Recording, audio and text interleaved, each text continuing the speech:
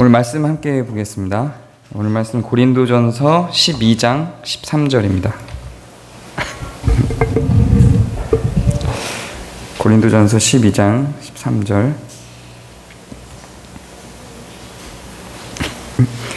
네, 고린도전서 12장 13절 다 함께 읽겠습니다. 시작.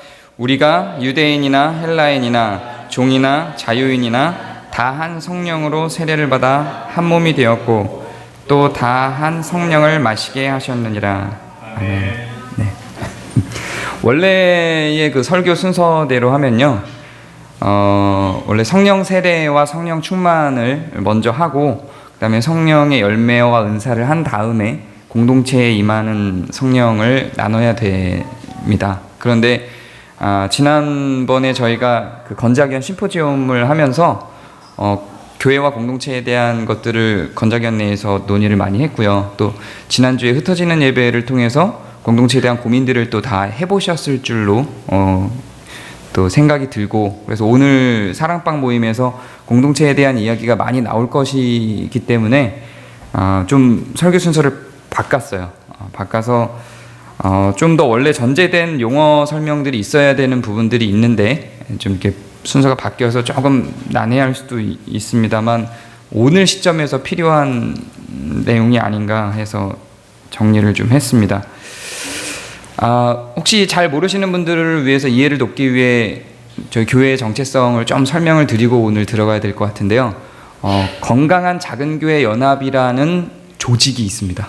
그 조직에 저희가 소속이 돼 있어요. 이 건강한 작은교회 연합이라는 조직은 지금 한국교회가 너무 대형화돼가고 물질주의에 찌들고 목회자들이 타락하고 교회가 공동체성을 잃어가는 것에 대해서 좀 또 세상과 동일하게 타락해가는 모습들에 대해서 회의를 느끼고 좀 더 성경의 본연의 교회의 모습으로 건강한 모습을 찾아 돌아가자라고 하는 사람들이 모여서 만든 조직입니다. 그래서 실질적으로 생긴 지는 그렇게 오래 안 됐는데요.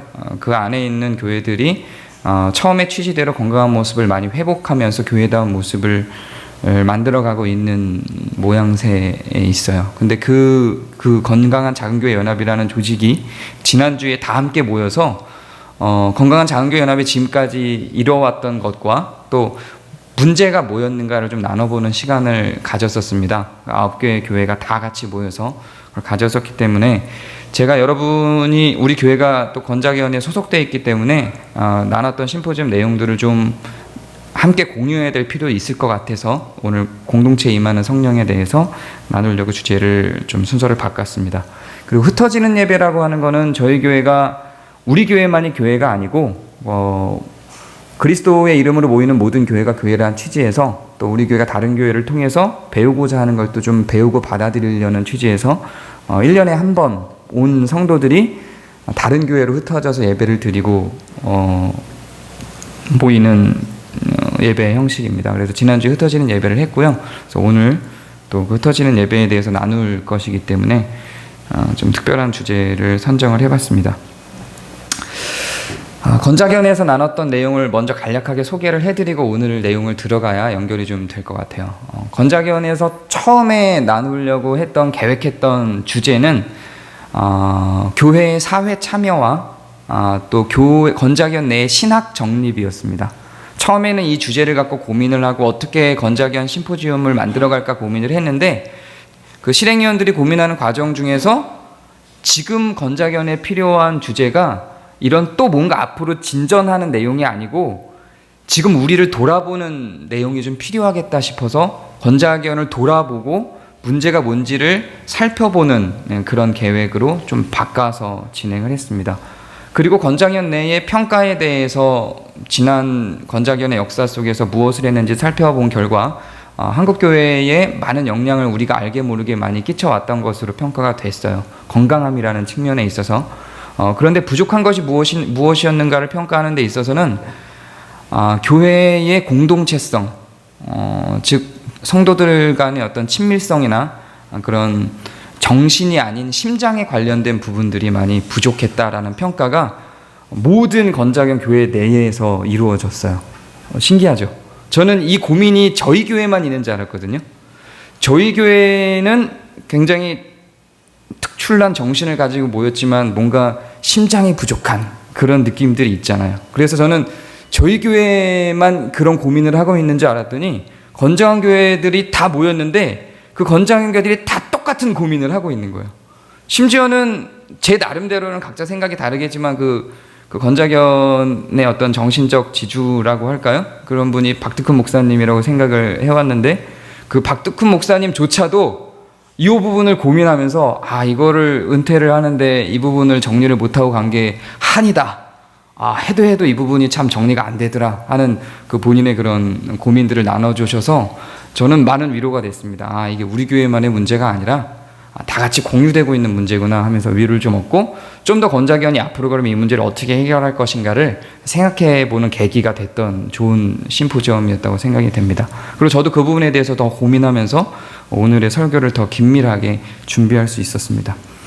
어떤 측면에서는 이 내용이 우리에 대한 반성이 될 수도 있고, 그리고 제 입장에서는 제가 교회에 온 지 얼마 안 됐기 때문에 지적이 될 수도 있기 때문에 좀 굉장히 조심스러웠어요, 이 부분을 준비하는 게. 그래서 어제 잠을 자다가도 혹시 여러분들이 상처를 입을까봐 그 문장은 좀 상처가 되겠다 싶어서 자다가 깨갖고 다시 원고를 작성하고 좀 예쁜 말로 바꾸고, 자다가 깨서 다시 바꾸고 깨서 다시 바꾸고 하기를 몇 번 반복을 했어요. 그래서 한 새벽 3시 정도까지 문장을 계속 다듬어서 좀 예쁜 말들로 바꿔냈는데, 몰라요. 제가 아시겠지만 원고대로 문장이 안 튀어나오고 처음에 썼던 문장이 막 튀어나와서 강렬하게 느껴지는 문장이 어느 순간 튀어나오면 제가 교정을 좀 해보도록 할게요. 오늘 우리가 읽은 본문을 보면 성령이 개인에게만 임하는 게 아니라 공동체에도 임하는 것을 확인하게 됩니다. 다 한 성령으로 세례를 받아 한 몸이 되었다 이렇게 선언합니다. 또 다 한 성령을 마시게 되었다 이렇게 선언을 하죠. 한 성령으로 세례를 받아 한 몸이 되었다. 성령이 우리를 하나의 몸으로 묶어줬다는 이야기입니다. 여러분 개인에게 성령 세례가 있어요. 이 부분은 나중에 다음 주에 저희가 성령 세례와 성령 충만을 나눌 건데, 그때 성령 세례가 무엇인지에 대해서, 개인적인 성령 세례가 무엇인지에 대해서 다시 나눌 겁니다. 근데 오늘은 공동체에도 성령 세례가 있다고 이야기를 하는 거예요. 여러분 한 명 한 명에게도 성령 세례가 다 임하는데 공동체에도 성령 세례가 임한다고 이야기를 하는 겁니다. 그러면 성령이 2개야? 이렇게 생각할 수 있는데 그런 의미가 아니라 한 성령이 개인에게도 임하지만 공동체에도 임한다는 이야기입니다. 자, 그러면 그 공동체에 임한 성령이 있고 개인에게 임한 성령이 있잖아요. 2주 전에 제가 했던 설교에서 이 내용을 살짝 부딪히게 만들었었거든요.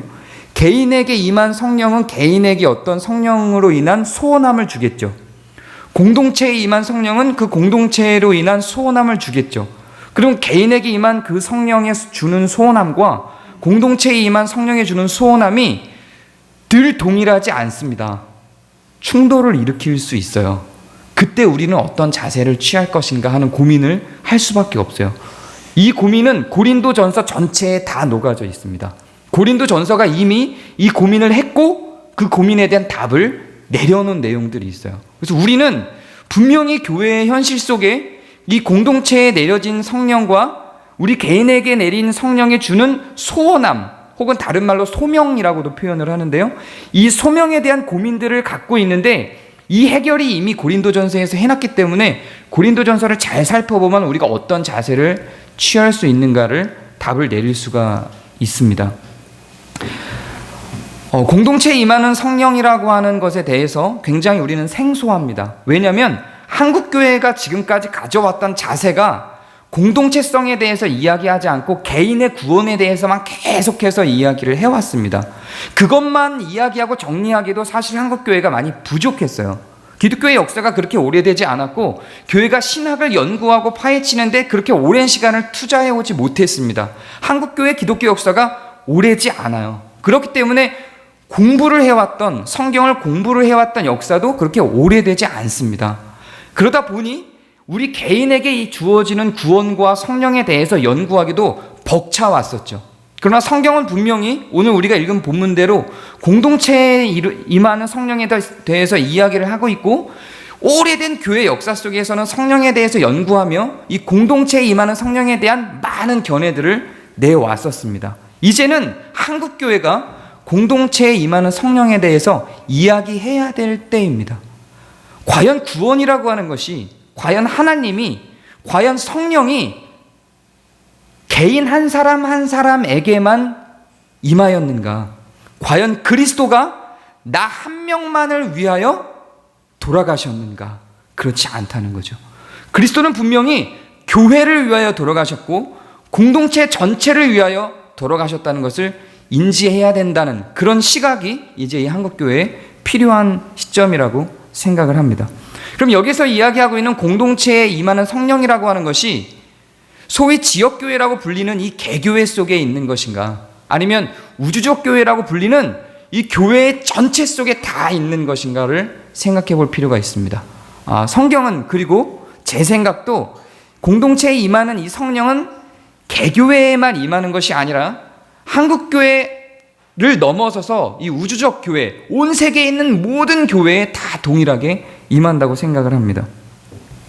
그래서 성령은, 공동체에 임하는 이 성령은 온 세계에 있는 우주적 교회를 다 하나된 교회로 만들기를 원합니다.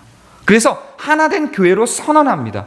그리스도를 믿고 성령 가운데 있는 교회들은 그 교회가 어떤 교회이든지 어디에 있는 교회든지 하나된 교회로 선언하게 됩니다.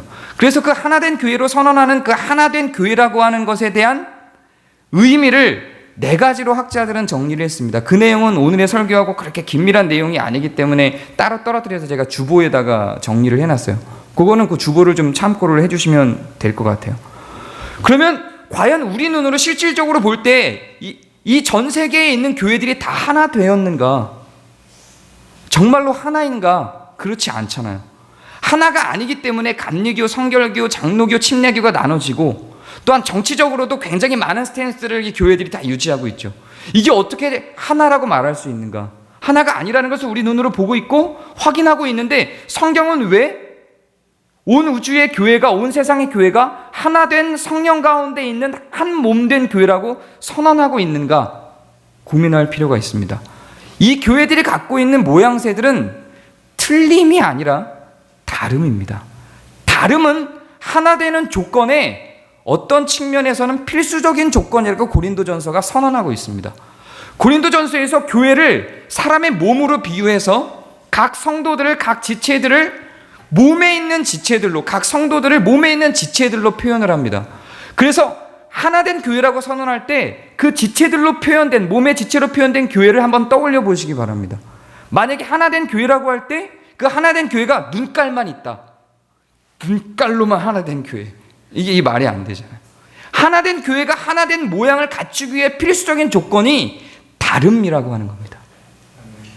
누군가는 눈이고, 누군가는 코고, 누군가는 입이고, 누군가는 팔이고, 누군가는 손가락이고, 누군가는 다리고, 누군가는 몸통이고, 누군가는 머리카락이고, 누군가는 손톱이고, 그렇다는 거죠. 그래서 성경이 뭐라고 선언합니까?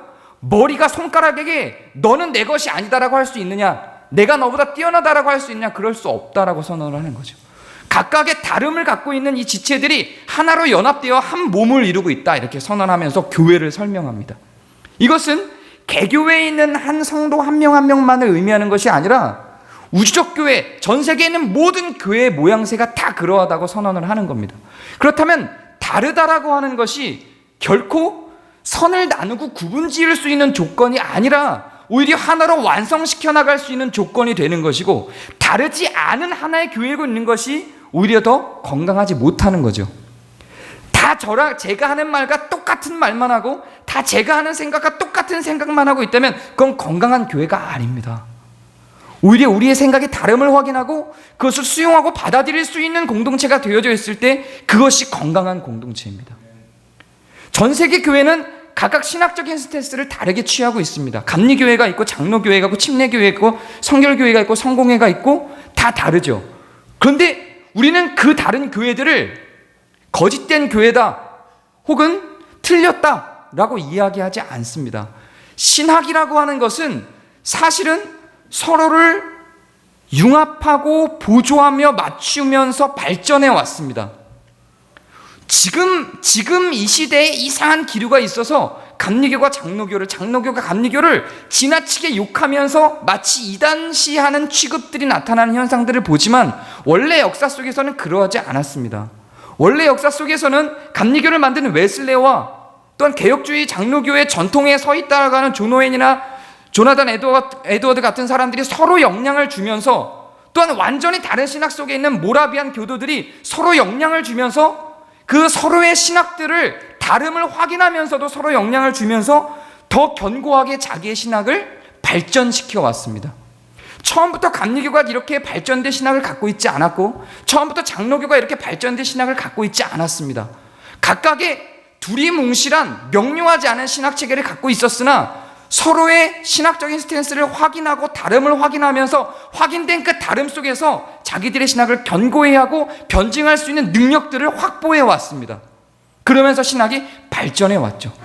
예전에 그렇게 서로 연합하고 함께 웨슬레와 조나단 에드워드와 존 오웬이 함께 영향을 주면서 함께 사경회를 열고 함께 부흥회를 열기도 했었던 그런 역사가 분명히 존재하고 있는데, 지금은 장로교가 감리교와 함께 부흥회를 한다. 굉장히 생각하기 힘든 부분이죠.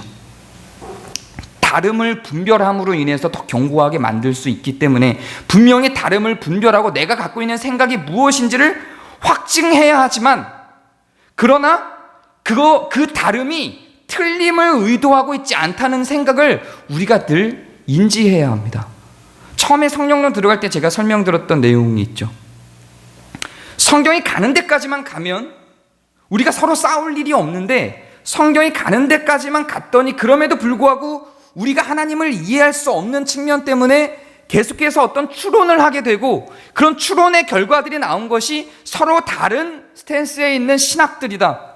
그래서 사실은 성경이 가는 데까지만 얘기를 했다면 우리가 다름을 이야기하지 않을 수 있지만, 그 추론을 통해서 나온 결과들로 더 많은 성경을 넘어선 추론을 만들어내다 보니 우리가 다름으로 가게 됐다 이야기를 한 적이 있습니다. 그렇기 때문에 우리가 싸울 것이 아니라 서로 무엇이 다르게 나타나 있는지, 서로 어떤 다름을 주장하고 있는지를 확인하는 것이 더 건강하고, 이것이 바로 교회의 모습이다 라고 하는 것입니다. 다르지 않다면 그건 온전한 교회가 아닙니다. 캐톨릭은 온전한 교회라고 보기가 사실은 힘이 듭니다. 캐톨릭에 대한 견해가 굉장히 많습니다. 캐톨릭은 교황이 했던 설교를 전 세계에서 같은 본문으로 다 설교를 진행하게 됩니다. 그래서 다른 생각이라고 하는 것을 용납하지 않으려는 시도가 행정적, 정치적으로 만들어져 있습니다. 과연 그것이 건강할까요? 그렇게 해서는 발전이 되지 않고, 그렇게 해서는 서로 다름을 갖고 있는 지체들의 연합과 지체들의 도움을 주고받을 수가 없게 됩니다. 우리는 다름을 인정할 수 있는 실력을 길러야 합니다. 다름을 갖고 있는데도 어떻게 이것이 하나로 연합될 수 있습니까? 이건 둘 중에 하나를 해야 돼요. 다름을 갖고 있는데도 불구하고 하나로 연합되려면 같음으로 가든가 아니면 그 다름을 인정할 수 있는 실력을 길러내야 합니다. 그래서 같음으로 가기 위해서는 같은 생각, 같은 행동을 하는 사람들이 모이든가, 아니면 다른 생각, 다른 행동을 한다 할지라도 그것을 인정할 수 있는 실력을 기르는 겁니다. 이 실력을 기르는 것이 결코 만만하지 않아요. 말처럼 쉽지 않습니다. 나랑 다른 생각을 갖고 있고 나랑 다른 행동을 하는 사람과 함께 살아간다라고 하는 것이, 함께 한 공간에 있으며 함께 교제하고 누리고 간다는 것이 결코 쉬운 일이 아닙니다. 그렇죠? 결혼해 보신 여러분, 아니 굳이 결혼까지 갈 것도 없죠. 부모님과 함께 지내보신 자녀들, 나랑 너무 다른 자녀와 함께 지내고 있는 부모들, 우리가 확인할 수 있는 바 다름 속에서 건강하게 존재한다는 것이 결코 쉬운 일이 아닙니다. 그런데 그것이 놀랍게도 완성시켜 나가는 과정이라는 겁니다. 다르기 때문에 하나로 서로 보조해가며 맞춰갈 수 있다는 거죠. 신학만이 아니라 정치적으로도 마찬가지입니다. 교회 내에도 정치가 있습니다. 교회 정치라고 하는 것이 결코 나쁜 말이 아니라 교회는 정치가 필요합니다. 우리 교회도 정치를 하고 있는 것이고, 정치라는 것이 나쁘게 활용될 수 없습니다. 분명히 교회 정치는 필요합니다. 크게는 교회 정치가 네 가지 모양새로 나타납니다. 감리교 정치, 감독에 의해서 통치되는 감리교 정치와 또한 온 성도가 함께 정치를 하도록 만들어내는 회중 정치와 성도들이 대표격으로 나타난 장로들이 진행해 나가는 감사하는 그런 장로교적 정치와 이런 여러 가지 모양새들이 교단들마다 갖고 있는 정치의 모양들이 있습니다. 무엇이 더 옳다라고 결정할 수 없어요. 우리는 이 현재 존재했던 정치체제 속에 있지 않은 새로운 정치 형태를 우리가 만들어간다고 생각하지만 해 아래 새로운 것이 없어요. 우리가 갖고 있는 이 규약 그대로를 적용하면 회중교회라고 하는 교회의 정치 모양을 우리는 갖고 있습니다. 한국에는 이 회중교회가 없어요. 유럽과 미국에는 이 회중교회 교단이 있습니다. 그런데 한국에는 없죠. 나중에 이 회중교회가 발전해서 장로교회가 됩니다. 크기가 성장하면서 장로교회가 돼요. 회중교회의 모토는 온 교인이 함께 결정한다입니다. 어떤 한두 사람이 결정하는 게 아니라 우리가 지금 그 스탠스 안에 있죠. 전 교인이 모여서 함께 결정해 나가죠. 우리는 그것을 민주적 운영이라고 표현하지만 이미 역사 속에서 이 민주적 운영을 해나갔던 교회들이 분명히 있습니다. 그런데 왜 이 회중교회라고 하는 것이 역사적으로도 가장 오래됐어요. 감리교보다 200년 앞섰었고요. 또한 장로교보다도 한 20, 30년 앞서서 만들어졌던 형태입니다. 근데 왜 이것을 그대로 다 유지하지 않고 거기서 장로교가 나왔으며 거기서 200년 뒤에 또 왜 감리교가 나와서 다른 정치 형태들로 가고 있었을까요? 이 회중교회가 갖고 있는 폐단들이 분명히 보였기 때문이겠죠. 그래서 다른 모양들이 등장을 했겠죠. 서로 이 회중교회와 장로교와 감리교는 서로 자신들의 정치 모양새를 강조하면서 이것만 옳다라고 하지 않고 또 서로 영향을 주고 연합하며 지금의 장로교와 지금의 감리교와 지금의 회중교회로 또 발전해 온 것입니다. 이것이 각자 최초의 회중교회가 지금 회중교회로 그대로 있지 않고요. 그 안에 있는 헌법과 규약들이 다 바뀌면서 성장하고 발전해 나가고 있습니다. 장로교도 마찬가지고 감리교도 마찬가지입니다. 나와 다름 속에 있는 것에 대해서 내가 소리를 듣지 않겠다, 귀 기울이지 않겠다라는 자세 속에 있으면 발전하지 않아요. 성장하지 않습니다. 그대로 조그마한 손가락으로 남아있는 거예요. 이게 굵직한 손가락으로 굵직한 팔뚝으로 어른된 몸으로 성장하는 그 속에는 이 속에 있는 유기체들이 다 서로 연합하면서 도움을 주는 모양새들이 존재한다는 겁니다. 교회를 사람의 몸으로 표현한 것에는 성경이 그렇게 이야기한 것에는 그만한 이유가 있는 거예요. 그 다름을 인정하고 수용하고 받아들일 수 있는 실력을 기르지 않으면 결코 그 공동체는 성장하지 않습니다. 다름을 인정하는 실력이 저는 성장하는 교회에, 여기서 성장이라고 하는 건 수적 성장을 의미하는 게 아니라는 걸 아시죠? 성장하는 교회의 필수 조건이라고 생각합니다. 그러나 모든 이 다름을 다 인정해낼 수는 없습니다. 우리가 다름으로 보이는 그 속에 틀림도 분명히 존재하며 그 틀림을 구분해낼 수 있는 것 또한 성령이 주시는 실력입니다. 한국교회는 역사 속에서 이상하게 다름에 대해서는 비난을 해오면서 틀림에 대해서는 비난하지 않는 모양새를 계속 취해왔죠. 그래서 교회 내의 어떤 특별 집단들, 당회나 혹은 목회자들이 교회 헌금들을 갖다 쓰며 전행하는 그러한 모습들을 보고도 그냥 묵인하고 지나가는, 그건 다름이 아니라 분명히 틀림인데도 불구하고 그것을 묵인하고 지나가는, 또한 교회 몇몇 목회자들의 성추행과 이런 것들을 분명한 틀림인데도 불구하고 그것을 묵고하고 마치 다름인 것처럼 인식하고 지나가는 그러한 모양새들에 대해서 견디지 못하고 우리 교회 같은 교회들이 생겨난 것이겠죠. 분명히 다름만이 아니라 틀림이 존재를 합니다. 그 틀림에 대해서는 우리가 분명히 분별하여 솎아내고 다름과 틀림을 분별해서 틀림에 대해서는 지적을 하고 처단하며 교정하는 수단들이 교회 내에 분명히 있어야만 합니다. 그것들 또한 성령이 주시는 소원함과 말씀을 통해 성령이 주시는 분별함 속에 나타나는 것입니다. 우리가 갖고 있는 교회의 가치 세 개 중에 하나가 단순함이잖아요. 이 단순함에 대해서 이진우 목사님이 설교했던 내용들이 굉장히 명료하게 이 부분을 이야기하고 있습니다. 혹시 까먹으셨으면 홈페이지 들어가서 한번 들어보시기 바랍니다. 우리 교회가 처음에 출발할 때 만들었던 그 가치의 단순함이 바로 이 이야기입니다.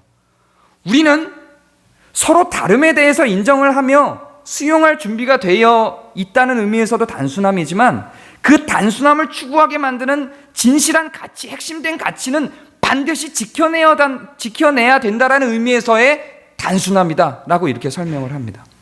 그 단순함이라고 하는 의미가 바로 다름과 틀림을 구분하고 다름을 인정하면서 틀림을 솎아내고 배격할 수 있는 실력을 우리에게 갖추게 만드는 것입니다. 그것은 무엇을 통하여 갖추게 될 수 있습니까? 말씀을 공부하고 그 말씀을 통하여 우리에게 분별력을 또한 깨달음을 안내해주는 성령의 안내를 받음으로 인해서 이 다름과 틀림을 구분하고 분별하여 틀림을 멀리하고 다름을 인정할 수 있는 실력을 만들어낼 수 있게 되는 것입니다. 이러한 다름과 틀림에 대한 구분과 인도함을 받는 실력은 각 지역교회 내에서뿐만 아니라 모든 우주적 교회에도 마찬가지로 존재를 합니다.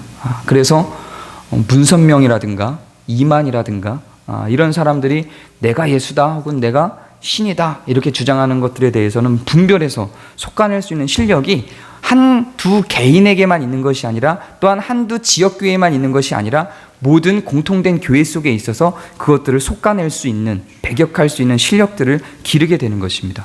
그것 또한 말씀을 근거로 한 성령의 안내하심 속에 있다고 보여집니다. 그러면 이 다름들이 분명히 하나로 묶여내야 된다는 이야기인데 이 다름이 어떻게 하나로 묶여질 수 있습니까? 이 다름들이 어떻게 하나로 묶여질까요? 고린도전서가 이미 그것을 선언하고 있습니다.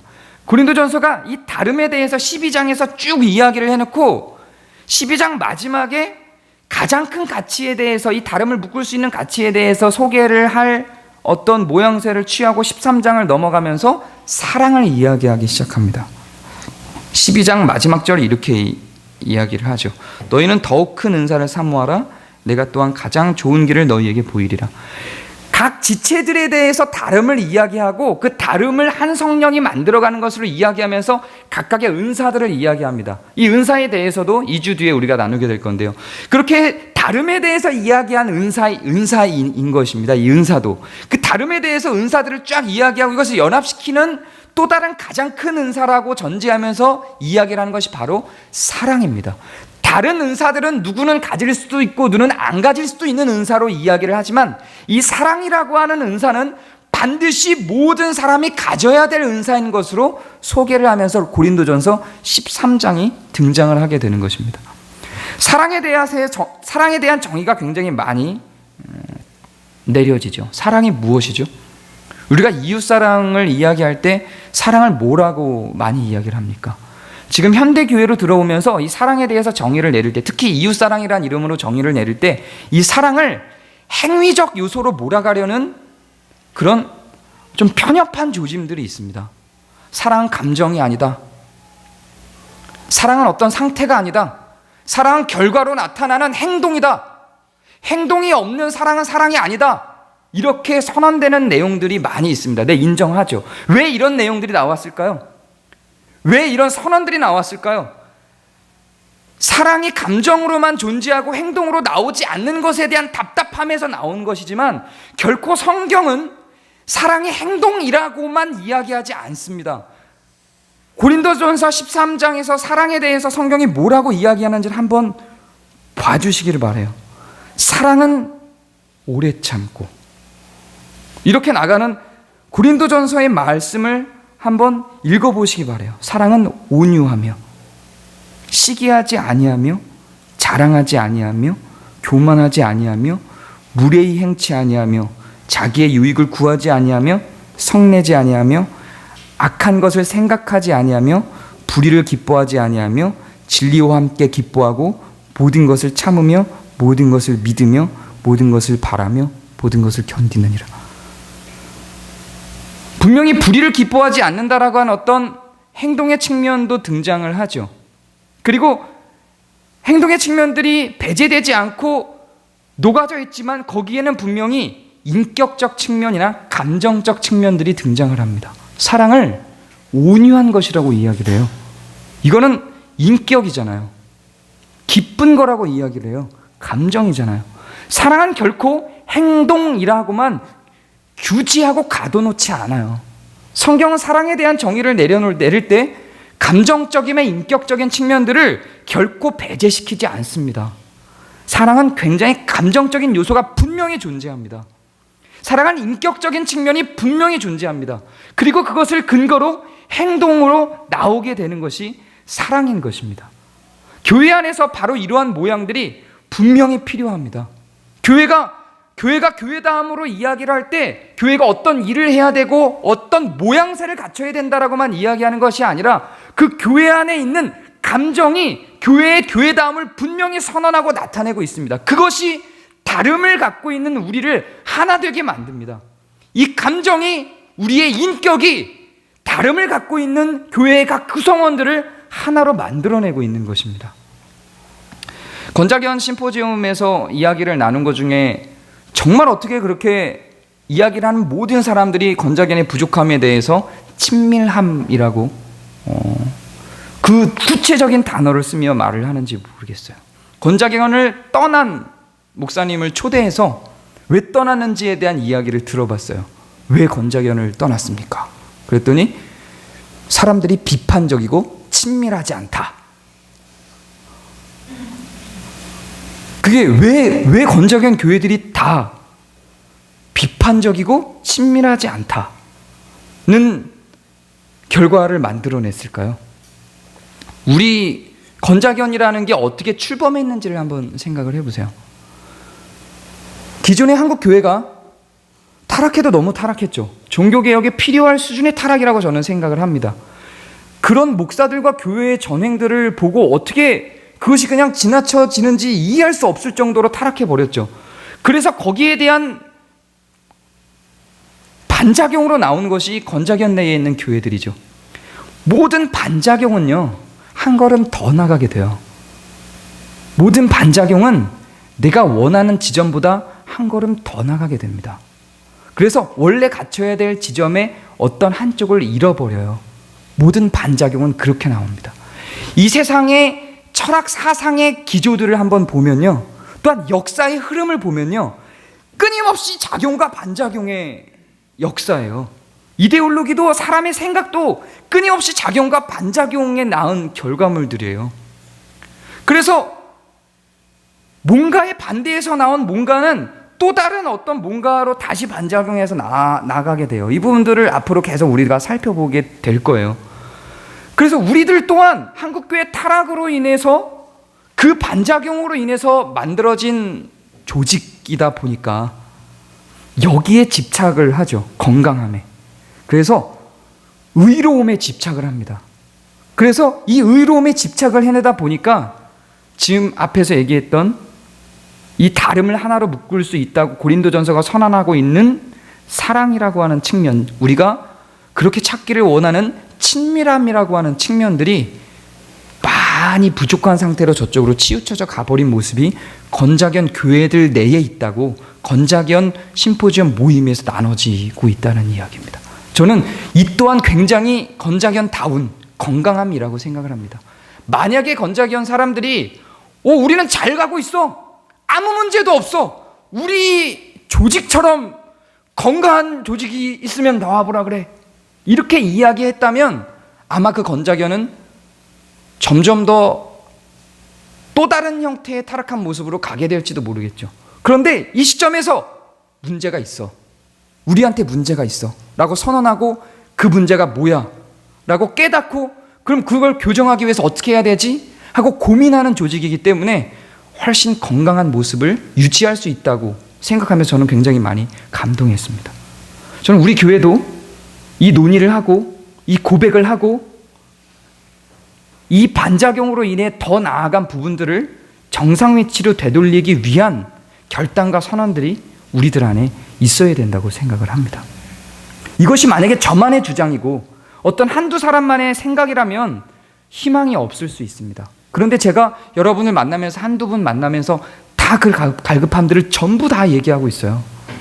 한 분 한 분이 다 예외가 없어요.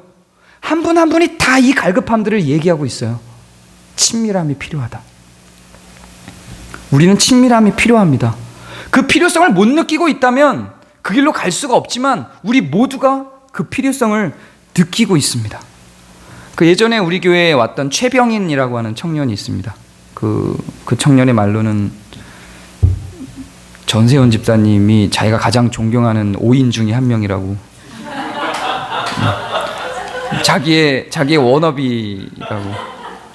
자기에게 영생을 소개시켜주고 사역의 길을 열어준 분이라고 이렇게. 네.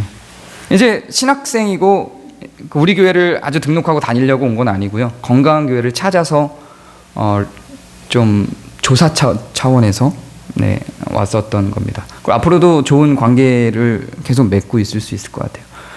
그리고 그 친구하고 나누는 대화를 통해서 굉장히 20대라고 보여지지 않는, 저는 이제 깨달았던 그런 많은 내용들, 40대가 돼서야 깨달았던 많은 내용들을 이미 성취해낸 아주 멋진 가치관을 갖고 있는 청년이더라고요. 나중에 사역을 아주 잘할 것 같아요. 건강하게, 바르게. 근데 그 청년이 이런 얘기를 해요. 자기가 건강한 교회를 찾아서 많은 교회들을 다니면서 이 개혁 진영에 있는 개혁교회에 다니면서 깨닫게 된, 발견하게 된 하나가 있는데, 그 친구의 표현으로는 공동체 스피릿이 없다. 네, 굉장히 바른데 공동체 스피릿이 없다. 예를 들면 자기가 예전에 있던 그 전세훈 집사님 예전에 다녔던 그 교회에 있을 때, 그 교회는 이런 거 막 이렇게 말해도 되나? 누가 들으면 어떡하지 이거? 그 교회는 썩었다. 썩었는데 나는 얼마든지 그 교회 갈 수 있고 그 안에 공동체 스피릿이 있다. 예를 들어서 교회가 잘못 가고 있는 부분에 대해서 그 교회 장로님과 이 어린 청년이 논쟁을 벌이고 막 얼굴을 붉히고 막 화내고 싸우고 했는데, 다음 주에 이제 그 장로님 얼굴을 어떻게 보지 이러고 갔는데 장로님이 최병인이 일로 와봐. 갔더니 밥 먹었나? 안 먹었는데 밥 먹으러 가자. 이렇게 밥을 먹을 수 있는 그런 공동체 스피릿이 있다. 근데 개혁교회들에는 그런 공동체 스피릿을 찾기가 굉장히 힘들다. 너무 그 개혁교회가 좋기는 한데 이런 부분들을 어떻게 이 두 가지를 같이 갖고 가게 될지 고민이다. 이런 얘기를 하더라고요. 저는 굉장히 그거를 이렇게 가슴속에 깊이 그 병인 형제의 얘기가 박혔어요. 우리 교회만, 그때도 그런 같은 생각을 했어요. 우리 교회만의 문제가 아니라 개혁한다는 모든 교회들이 공통적으로 갖고 있는 문제구나. 그 교회들 다 다녀본 이 병인 형제의 고백이니 그렇구나. 그렇다면 이것을 문제가 나만 느끼는 게 아니고 어떤 한두 사람만 느끼는 게 아니고 이 안에 있는 수많은 사람들이 같은 고백을 하고 있다면 분명 이건 사실이다. 그리고 극복할 수 있다. 바르게 잡을 수 있다. 라고 하는 희망을 가졌습니다. 그리스도는 성경이 이야기하고 있는 하나님의 성품 중 공의와 사랑의 성품의 정점에 있습니다. 그리스도는 공의를 위해서 죄를 분명히 처벌해야 하는 하나님의 성품과 또한 우리를 사랑하시는 하나님의 그 사랑의 성품을 다 실현시키기 위해 하나님께서 진행시킨 결정체가 바로 그리스도의 십자가입니다. 그리스도가 교회의 머리 되었다라고 하는 것은 결국은 이 그리스도의 공의와 사랑의 결정체의 역량이 교회 공동체 안에 흘러가야 된다라고 하는 이야기입니다. 우리는 어느 정도 공의라고 하는 측면, 의로움이라고 하는 측면을 이루어낸 공동체입니다. 이 안에서 부정부패 찾아내는 게 얼마나 힘이 듭니까? 분명히 힘듭니다. 우리는 그 부분을 잘 정리했습니다. 이런 측면에 있어서 저는 우리 교회가, 그리고 건자기원에 소속된 그 교회들이 굉장히 자랑스럽고 한국의 역사 속에 한 획을 그어냈다고 분명히 생각합니다. 그러나 이 공동체의 어떤 성경이 나타난 교회 공동체의 소명 중에 공의와 사랑이라는 측면 중에 사랑이 분명히 부족하다는 것을 우리의 고백과 모든 건장의 소속 교회들의 고백과 병인 형제와 같은 외부의 시각으로 본 사람들의 그런 고백 속에서 확인할 수 있습니다. 이제 우리는 이것을 회복해야만 합니다. 의로움의 측면이 강한 우리의 강점들을 유지하면서 또한 사랑과 친밀함이 부족하다라고 하는 우리의 단점들을 극복해야만 합니다. 그럼 어떻게 이것을 극복하고 어떻게 이 친밀함을 가질 수가 있습니까? 어떻게 교회를, 이 다름을, 모두에게 남겨져 있는 이 다름을 어떻게 하나 되게 만들 수 있습니까? 오늘 우리가 읽은 말씀에 그 답이 있습니다. 하나 되게 만드는 것은 무엇이라고 이야기를 합니까? 성령이라고 이야기합니다. 많은 방법론들이 있죠. 많은 방법론들이 있고 앞으로 건자기원 내에서 심포지엄뿐만 아니라 실행위원들의 모임을 운영위원들의 모임을 통해서 많은 논의들이 계속해서 이것들이 문제가 발생했으니 이 문제를 또 보완해 나가기 위해서 많은 모임과 논의들이 방법들이 제시되어질 것입니다. 그리고 우리는 그 방법들을 제시하고 그 방법들을 또한 실험하고 우리 공동체 내에서 그 방법들을 또한 드러내고 그 방법들에 대해서 한 걸음 한 걸음 밟아 나가야 되겠죠. 그러나 성령이 없이는 하나 되는 일들은 어떤 방법을 갖다 댄다 할지라도 불가능합니다. 왜냐하면 성경이 분명하게 우리를 하나 되게 만드는 것은 성령이라고 선언하고 있기 때문에 그렇습니다. 우리는 성령께 의지해야만 어떤 방법들이 사용되겠지만 그 방법이 없어도 된다는 게 아니라 논의돼서 그 방법들이 우리들 안에 들어와야 되겠지만 우리는 분명히 성령님께 의지하지 않으면, 성경을 신뢰한다면, 성령님께 의지하지 않으면 하나 될 수 없습니다. 성령님께 의지하여 그 방법들을 한 걸음 한 걸음 걸어 나가야만 하는 것입니다. 오늘 우리가 읽은 성경은 분명히 한 성령으로 세례를 받아 한 몸이 되었다고 선언합니다. 성령께 의탁하는 것 이외에는 방법이 없는 것입니다. 그럼 우리는 어떻게 성령께 의탁합니까? 성령이 어떻게 우리를 하나로 만듭니까? 우리가 어떻게 성령과 교통합니까? 말씀과 기도 외에는 다른 방법을 성경은 제시하고 있지 않습니다. 이 친밀함의 부족함과 더불어 우리 교회의 부족함이 있습니다. 저는 이게 굉장히 긴밀한 관계가 있다고 봅니다. 이 친밀함을 확보하고 확인하며 성령을 통하여 우리가 하나 된 모양새로 그 사랑을 회복할 수 있는 방법은 그 첫 단계, 그 첫 발은 저는 기도라고 생각을 합니다. 우리는 기도가 굉장히 부족한 공동체입니다. 누가 뭐라고 하든 그 전통적인 방법이 자잘못이 있고 패당과 득이 있는 방법이든, 그래서 우리가 배격을 했든 어쨌든지 간에 우리는 기도가 부족합니다. 그래서 우리는 사실상 이 친밀함을 회복하는 것이 어렵다고 봅니다. 우리는 성령께 의지해야 합니다. 기도를 회복해야 합니다. 우리는 새벽 기도도 없어요. 금요 기도 모임도 없습니다. 우리가 공동체성을 통해서 두세 사람 이상의 이름으로, 주님의 이름으로 모인 가운데 내가 임하겠다라고 했던 그 주님의 선언이 우리가 알고 있는 육체를 갖고 있는 예수님이 아니라 바로 성령님이다라고 하는 논증은 제가 성령론 처음 시간에 한번 했었죠. 그 두세 사람 이름으로 모인 가운데 성령이 분명히 임하시는데 그 본문 자체가 기도에 대해서 이끌어가고 있는 내용이잖아요. 우리는 분명히 기도해야 합니다. 각자 개인이 어떤 자리에서도 기도를 해야 하고 성령께 의탁해야 하겠지만 모여서 기도하는 것도 게을르지 아니하게 만들어내야 합니다. 저는 우리가 모여서 기도하는 이 기도가 주일날 예배 시간에 한 번으로는 현저하게 부족하다고 생각을 합니다. 그것이 소수이든 다수이든 우린 모여 기도하는 자리들을 확보하고 만들어가야 한다고 생각합니다. 그래서 성령이 우리를 어떻게 인도하시는지를 말씀을 통해 또한 기도를 통해 확인하며 우리 하나됨을 구축할 수 있는 그 첫발이 그 기도 모임들을 통해서 만들어져야 된다고 생각합니다. 어떻게 그 기도 모임들이 만들어질지 구상이 되지 않습니다. 우리 교회 특성상 여러 군데로 흩어져 있는 사람들이 많이 있고 또한 모이기가 쉽지 않은 구조를 갖고 있다는 걸 알기 때문에 어떻게 이것을 가능하게 만들 수 있을까 여전히 고민을 하고 있고 앞으로도 고민해야 될 문제입니다. 그러나 분명히 우리가 생각해야 될 것은 그 고민 끝에 이것은 우리의 행위로 우리 공동체 안으로 들어와야 될 문제라고 생각합니다. 그리고 그 위에 나타나게 되는 많은 방편들을 통하여 우리는 이 친밀함과 사랑을 공동체 안에서 의로움을 넘어서서 의로움을 유지하면서 만들어낼 수 있다고 생각합니다. 그럼 믿는 믿음 가운데 이 기도의 모임들을 준비해가며 각자 자리에서도 이 기도의 모임들이 만들어지는 때까지 함께 기도로 우리의 친밀함과 사랑을 위해서 기도해 주시기 바랍니다. 제가 기도하겠습니다.